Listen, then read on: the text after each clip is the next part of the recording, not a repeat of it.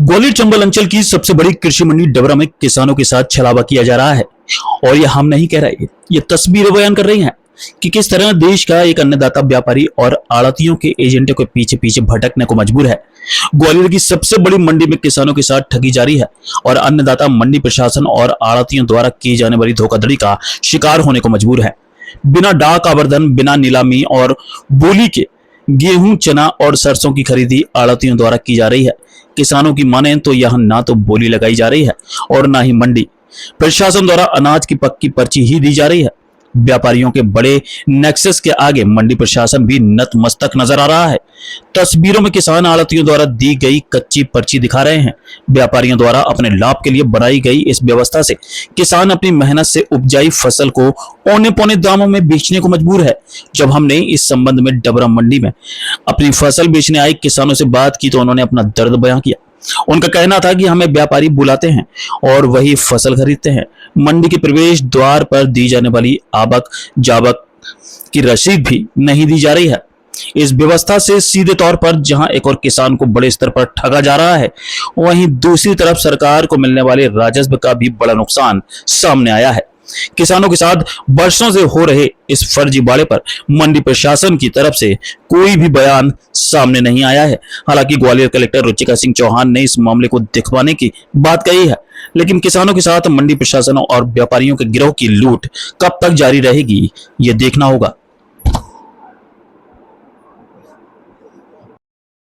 कृषि मंडी डबरा के अंदर आड़तियों द्वारा और व्यापारियों द्वारा मिलकर किसानों को लूटा जा रहा है। कच्ची पर्ची के नाम पर बोली लगाई जा रही है और उसके बाद कांटे पर जाकर मलाल लगाते हैं, रेट कम कर देते हैं। इसकी शिकायत कई बार एमडी, मंडी बोर्ड और सभी प्रशासनिक अधिकारियों को बताया गया है। आज तक किसी प्रकार की कोई कार्रवाई नहीं की गई है। किसान परेशान है और मैं इस वीडियो के माध्यम से आज्ञा करना चाहता हूं कि अगर तुरंत मंडी डबरा कृषि की व्यवस्था नहीं सुधारी गई तो किसानों को मजबूर होकर उग्र आंदोलन करना पड़ेगा। इसकी जवाबदारी क्या लेके आए हो? डाक हुई क्या अभी? अभी नहीं हुई। तो अभी लेके कहाँ जा रहे हो थैली बना के? इधर जा रहे हैं ना। तो डाक होती नहीं है क्या यहाँ? थैली कहाँ होती? कपड़ों से ऐसे भर के ले जाओगे, ऐसे ले जाओगे तब होती है डाक? ट्रॉली पे नहीं। ट्रॉली में डाक नहीं होती है। तो अब अभी आप लेके जा रहे हो, कौन आड़तिया को दोगे, किसको दोगे? चलिए किसको दोगे? आड़तिया धमकम्मू आड़तिया उसको दोगे। और अगर आड़तिया को नहीं लोगे तो डाक नहीं होगी आपकी? नहीं होती नहीं है। ऐसे कितने लोग हैं पूरी मंडी में है सर। आप डबरा मंडी आए हैं तो किस लिए आए थे आप? गेहूँ बेचने। अच्छा, कहाँ के रहवासी हैं आप? अरुषि।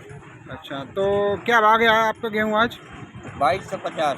अच्छा, आज 14 अप्रैल है, छुट्टी है, उसके बावजूद भी आप गेहूँ बेचने के लिए आए हैं? आए हैं। अच्छा, तो बिच गया आपका गेहूँ? हाँ बिक गया। किस व्यापारी ने खरीदा? व्यापारी का तो नाम इसमें होगा। अच्छा, अच्छी में होगा। कौन से व्यापारी? क्या भाव गया आपका? 2250। आप अपनी मर्जी से आए थे, व्यापारी ने बुलाया था आपको? व्यापारी ने जो कहा था गेट खुल गया, आया। अच्छा, व्यापारी द्वारा बुलाया गया आपको। क्या लेके आए थे आज मंडी में? गेहूँ। क्या भाव गया गेहूँ? गेहूँ तो भैया पहले तो गया था अपना 2300, फिर बाद में कांटे पे ले जाके 50 रुपये तोड़ दिए उन्होंने। 50 रुपये कम कर दिए। कौन से कांटे पे गए थे आप? ये आर के है कोई मंदिर के बगल में। अच्छा। हाँ जी। आपको मंडी से प्रवेश पर्चियाँ मिली थी आज? जो यहाँ गेट से मिलती हैं जी। नहीं मिली। नहीं कटी थी। हाँ जी। बिना प्रवेश पर्ची के जो आपकी फसल खरीदी है, हाँ जी। इसका पता है इनको जुर्माना लग सकता है, आपको भी लग सकता है। भाई साहब हम तो किसान है, आड़ती है, बोला लिया वो लिया है। तो आप स्वयं आए हैं कि आड़तिया या व्यापारी ने आपको बुलाया फ़ोन करके? नहीं, अपन बात करके आए थे कि कह रहे सवेरे ले आना, ट्रॉली तुल जाएंगे। कल बात करी थी आपने? हाँ जी। ठीक है।